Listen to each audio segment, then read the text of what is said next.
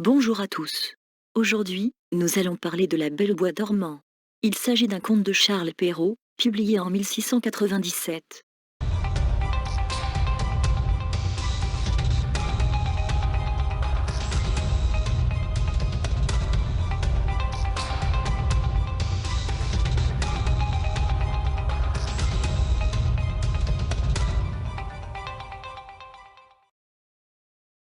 Le roi et la reine ont une fille. Lors du baptême, on fait venir cette marraine qui sont 7 fées. Après la cérémonie, les fées sont invitées à un festin dans le palais. Une vieille fée vient. On ne l'avait pas appelée car on la croyait morte puisque cela faisait 50 ans que l'on ne l'avait pas vue. Cette vieille fée est mécontente car on l'a oubliée car elle n'a pas les couverts luxueux qu'ont les autres fées. Une fée s'attend à ce que cette fée fasse un mauvais sort à la princesse, alors elle se cache derrière une tapisserie pour essayer de conjurer un possible mauvais sort de la part de la vieille fée. Les autres fées commencent à donner des dons à la princesse. Elle lui donne la beauté, l'esprit, la grâce, l'art de la danse, l'art du chant, l'art des instruments de musique. La vieille fée lance son sort et elle dit que la princesse se blessera avec un fuseau et qu'elle en mourra. La fée cachée fait en sorte que la princesse n'en meure pas, mais sera plongée dans un sommeil de 100 ans. Au bout de 100 ans, un fils de roi viendra la réveiller. Le roi, grâce à un édit, fait interdire tout fuseau sous peine de mort. Quand la princesse a 15 ou 16 ans, elle se promène dans le château tandis que ses parents sont absents. Elle finit par tomber sur une vieille femme qui, non au courant de l'interdiction du roi, file au fuseau. La princesse est attirée par cette machine et elle veut elle aussi l'essayer. Maladroite, elle se blesse avec le fuseau et elle tombe évanouie. La vieille femme fait tout pour la réveiller, mais rien ne fonctionne. Son père, qui est revenu, l'installe dans un lit dans une chambre.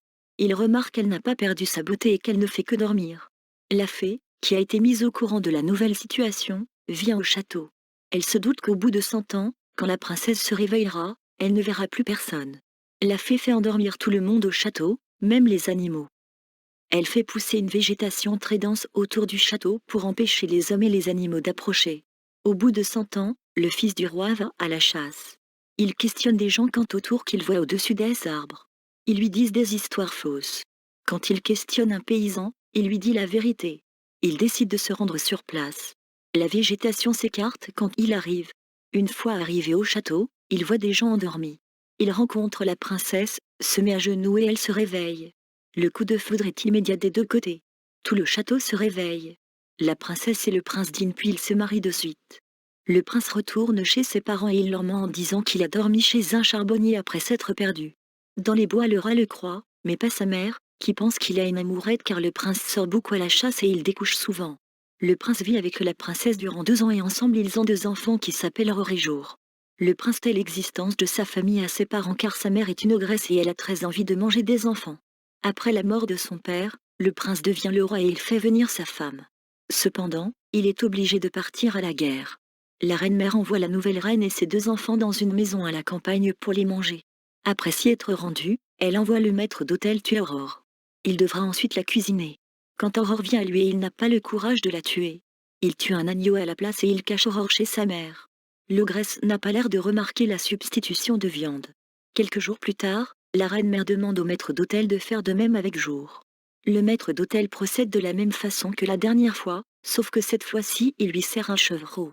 Quelques jours plus tard, la reine-mère lui demande de faire de même avec la nouvelle reine. Le maître d'hôtel fait de même mais cette fois la viande provient d'une biche.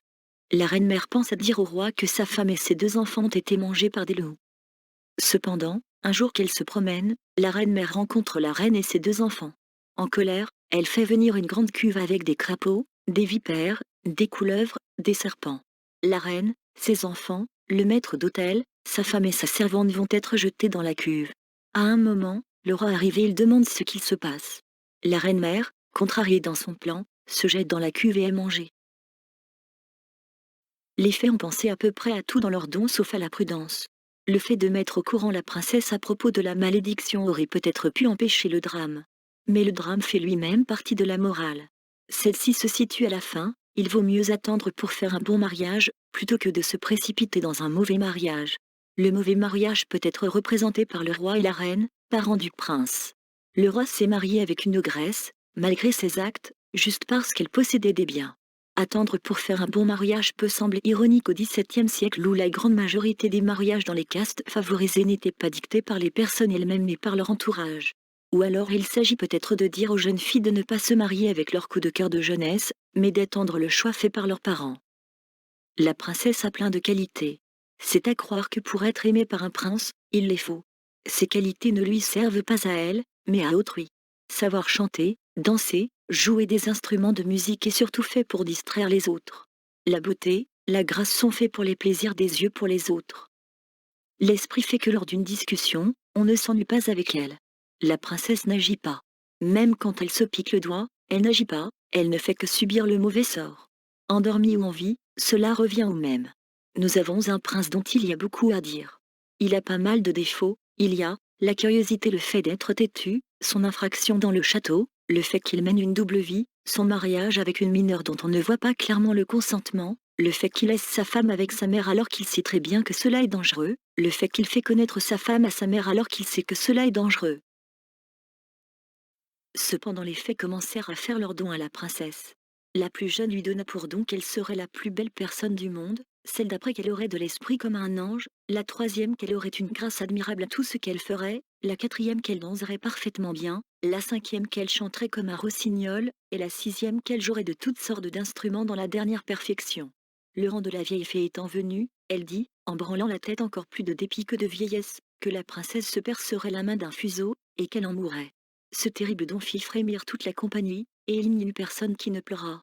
Dans ce moment la jeune fée sortit de derrière la tapisserie, et dit tout haut ces paroles, « Rassurez-vous, roi et reine, votre fille n'en mourra pas, il est vrai que je n'ai pas assez de puissance pour défaire entièrement ce que mon ancienne a fait. » La princesse se percera la main d'un fuseau, mais au lieu d'en mourir, elle tombera seulement dans un profond sommeil qui durera 100 ans, au bout desquels le fils d'un roi viendra la réveiller.